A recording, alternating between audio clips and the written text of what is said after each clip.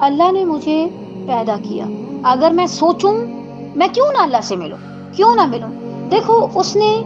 میری خاطر سورج، چاند، زمین، درخت، گھر، باہر، رشتے، سارا کچھ بنایا، حتیٰ کہ میں ابھی پیدا بھی نہیں ہوئی تھی اس نے میرے لیے ایسا ماحول بنایا کہ میں اس میں سروائیو کر پاؤں۔ اتنی کیئر کرنے والا، میں ابھی پیدا بھی نہیں ہوئی، اتنی کیئر۔ پھر اس کے بعد اس نے مجھے عالم ارواح میں رکھا، مجھے یاد نہیں ہے لیکن اس نے مجھے رکھا، اور مجھے اتنے اچھے حال میں رکھا، یہی وجہ میں آج ہوں۔ اس نے رکھا نا، ماں باپ تو نہیں تھے نا ادھر میرا خیال رکھنے والے، مجھے نہیں پتا، مجھے تب کھانا چاہیے تھا، پانی چاہیے تھا، اس نے کیسی میری ضرورتیں پوری کی، لیکن اس نے کبھی نہیں مجھے کہا جتلایا، اپنی کتاب میں بھی نہیں جتلایا، یہ دیکھو میں نے کیسے کیسے تمہارا خیال رکھا۔ پھر اس کے بعد اس نے مجھے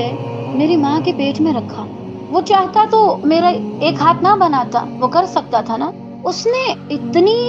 حکمت کے ساتھ مجھے بنایا، اس نے مجھے ہر چیز دی۔ میری ماں نے تو مجھے اتنے عرصے بعد دیکھا تھا جب میں صحیح سلامت بن کے آ گئی، وہ تو پیچھے سے سارا سسٹم سنبھال رہا تھا، مجھے کیسے بنانا ہے، میرا کلر کیسے رکھنا ہے، میرے ہاتھ پاؤں کیسے بنانے ہیں۔ پھر جب میں پیدا ہوئی، میں نہیں کہہ سکتی تھی مجھے کھانا دو، اس نے میرے لیے میری ماں کے دل میں ایسے جذبات ڈالے کہ اس نے میری بہت زیادہ کیئر کی۔ افسوس اب جوں میں بڑی ہونے لگی مجھے بھولتا گیا کہ وہ پیچھے اللہ سبحانہ و تعالی جس نے مجھے اتنا سنبھالا، میری ماں کے دل میں میرے لیے محبت ڈالی، میں بھول گئی وہ رب کون ہے ماشاءاللہ۔ میں نے صرف یہ یاد رکھا کہ میری ماں کی ممتا بڑی ہے، میری ماں تو میرا بہت زیادہ خیال رکھتی ہے، میرا بہت زیادہ دھیان رکھتی ہے،